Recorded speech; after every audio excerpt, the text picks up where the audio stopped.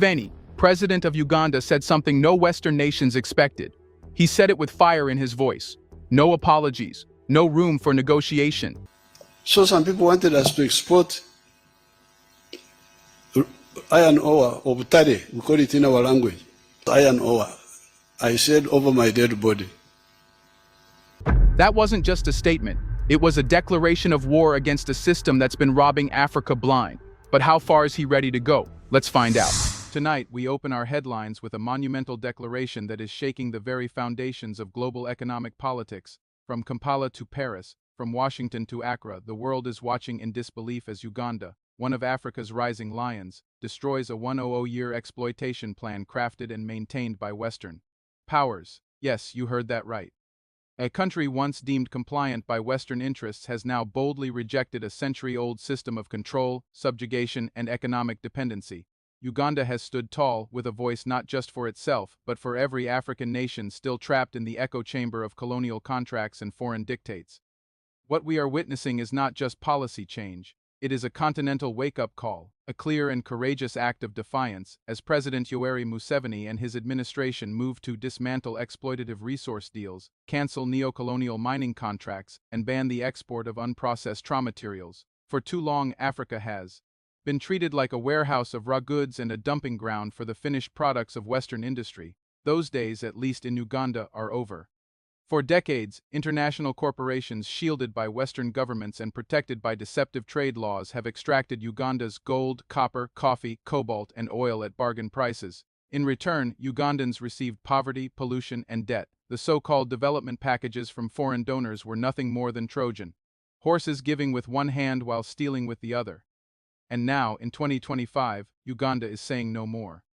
The government has announced sweeping reforms, including the nationalization of key mining sectors, a halt to foreign tax holidays, and the restructuring of all international contracts that don't directly benefit the Ugandan people. This move is not just bold, it's historic. It is Uganda's declaration of economic independence, the second liberation that Kwame Nkrumah and Thomas Sankara once dreamed of. And what's the reaction from the West?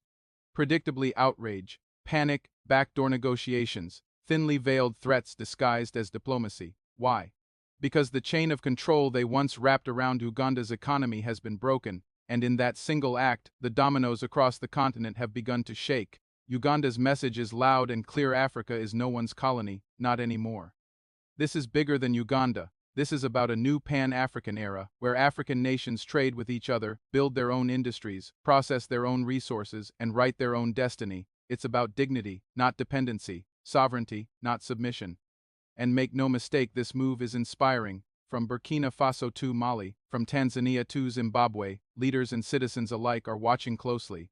The courage of Uganda may very well ignite a revolution of policy across African capitals, where presidents finally serve the people, not foreign interests, where the continent's wealth remains on the continent. Tonight, we salute the Ugandan people for standing firm in the face of global pressure. We salute the vision of a government finally listening to the cries of its citizens, and we salute every African rising to say, our resources, our rules, our land, our laws, our future, our fight. Stay tuned, because this is not the end, it is just the beginning of Africa's economic liberation. Welcome to Talk of Africa 360, your source for insightful news, analysis, and thoughtful commentary.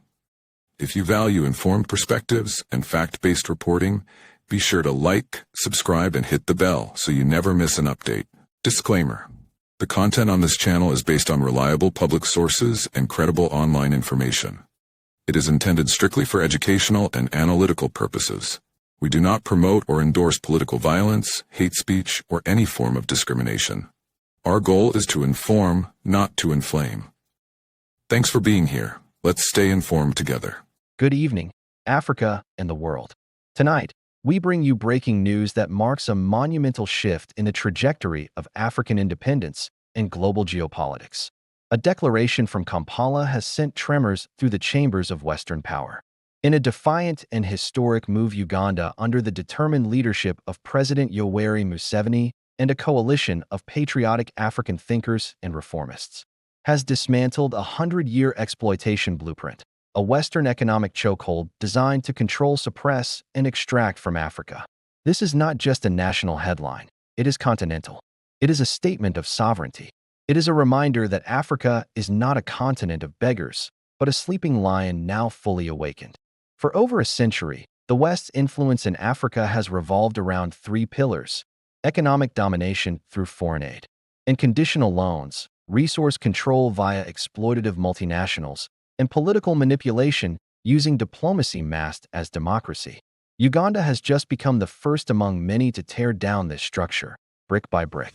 Let's take a deep dive into the heart of this revolution. The exploitation blueprint. A century of silent chains. When we say a 100-year plan, we refer to a long-established, well-executed system of indirect economic control, often passed off as partnership or development support. Since the colonial days, and more profoundly after so-called independence, African countries have been at the receiving end of unfair trade agreements, where raw materials are exported cheaply, only to be imported back at exorbitant prices. Foreign-funded projects that lock nations into debt traps. Structural adjustment programs imposed by the IMF and World Bank that cripple homegrown industries and public services. Western-owned multinationals operating in Africa with tax holidays, exporting profits while communities remain impoverished. NGOs and aid agencies that foster dependency rather than empowerment. Uganda has had enough. The turning point. Uganda's bold economic declaration just this week. In a powerful address to the nation, Uganda's government announced its complete severance from Western resource exploitation schemes and laid out a strategic plan to reclaim its natural wealth, restructure its foreign policy, and rebuild national sovereignty through African-owned infrastructure. Here's what the plan entails. Termination of exploitative mining and oil contracts with Western firms that contribute little to national revenue. A ban on the export of unprocessed minerals and agricultural commodities. A move to force local value addition and create jobs. New legislation mandating 70% local ownership of all strategic natural resource projects.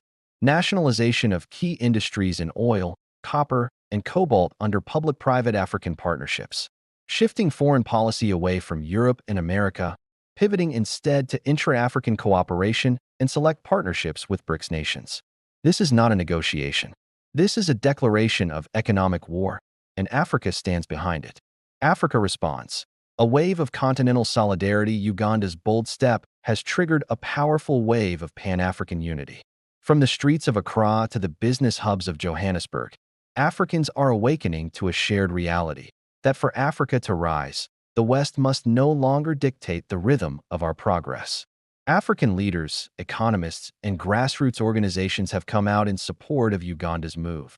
Burkina Faso's Captain Ibrahim Traoré applauded the move, calling it a torch of resistance lighting the way for all African nations to follow. Zimbabwe's President Emerson Mnangagwa declared that the age of subservience is over. Africa must define its economic path. Pan-African institutions have begun drafting policies to support African ownership of African resources. This is more than support. This is momentum. Why the West fears this? Make no mistake. This is not just Uganda flexing its independence. This is a direct economic threat to Western dominance. For decades, the wealth of Western economies has been directly tied to African raw materials. From Uganda's cobalt to the DRC's coltan, from Ghana's gold to Nigeria's oil. Western multinationals have made billions while African citizens reap poverty, pollution, and political instability. Now, as Uganda slams the door shut, others are preparing to follow. What does this mean for the West? Rising commodity prices due to lack of cheap raw material access. Supply chain disruptions for industries reliant on African minerals, especially tech and electric vehicle production. Loss of political leverage in African affairs. Diminished influence in global forums like the UN and WTO as African nations realign diplomatically. In the language of geopolitics, this is what true panic looks like. Uganda's strategic vision, from dependence to dominance. Uganda is not just rejecting exploitation. It is constructing a new economic paradigm. Here's what the future looks like under the new national vision. Pan-African trade focus. Uganda will now prioritize trade with fellow African countries. The African Continental Free Trade Area, AFCFTA, becomes the foundation for intra-African industrial growth. Technology transfer agreements. Only Uganda will only partner with foreign nations willing to share knowledge and build local capacity, not extract and abandon. National Resource Bank, a state-controlled fund to manage revenue from natural resources, ensuring transparency, reinvestment, and citizen benefits. Investment in agriculture and processing no longer will coffee, cotton, and cocoa be exported raw. Uganda is establishing world-class processing facilities to ensure value addition. People-centered policies. The government is investing in education, health, and youth entrepreneurship, using resource revenue to power social development. This is not fiction. This is African policy finally written by African hands. A continental movement begins. The domino effect has begun. Inspired by Uganda, Mali and Burkina Faso have announced a review of all foreign contracts on mining and infrastructure. Tanzania is renegotiating its lithium and gold contracts with Chinese and European firms. Ethiopia is investing $3 billion in local industry to reduce dependence on raw exports. Nigeria is considering a constitutional amendment to reserve mineral ownership rights to citizens. Africa is rising, not with weapons, but with economic vision, unity, and purpose. The people's victory in the streets of Kampala, the mood is electric. Ordinary Ugandans, long burdened by the weight of exploitation, are beginning to see hope. For the first time in decades, a government is speaking for the people, not at them. Young people are organizing community meetings to learn more about economic sovereignty. Farmers are forming cooperatives to supply the new processing plants. University students are proposing research projects that support local innovation. This is the renaissance of African dignity. Conclusion: the end of the West's monopoly on Africa as Uganda takes the lead in breaking the century-old chains of Western exploitation. One thing is clear: Africa is no longer afraid. The era of quiet submission is over. The age of strategic resistance and economic self-determination has begun. The West can no longer write Africa's story. It can no longer dictate who owns our land, who controls our wealth, or who defines our destiny. To the Western capitals watching in disbelief, understand this: the Africa you knew is gone. A new Africa has emerged, proud, prepared, and purposeful, led by nations like Uganda, with inspiration from visionaries like Captain Ibrahim Traoré, and fueled by a generation that refuses to be silenced. Let the world take note. Africa has woken up, and we are writing the next chapter ourselves. Thank you for joining us for this breaking coverage. We will continue to bring you updates as more nations follow this courageous path. As reactions continue to pour in from across the continent, one thing is clear: Africa is demanding respect, sovereignty, and accountability. Was this just a diplomatic misstep or a deeper sign of shifting global alliances? We'll be watching closely. If you found this story important, don't forget to like, share, and subscribe for more real, unfiltered African news. This is Talk of Africa 360, telling the stories that matter.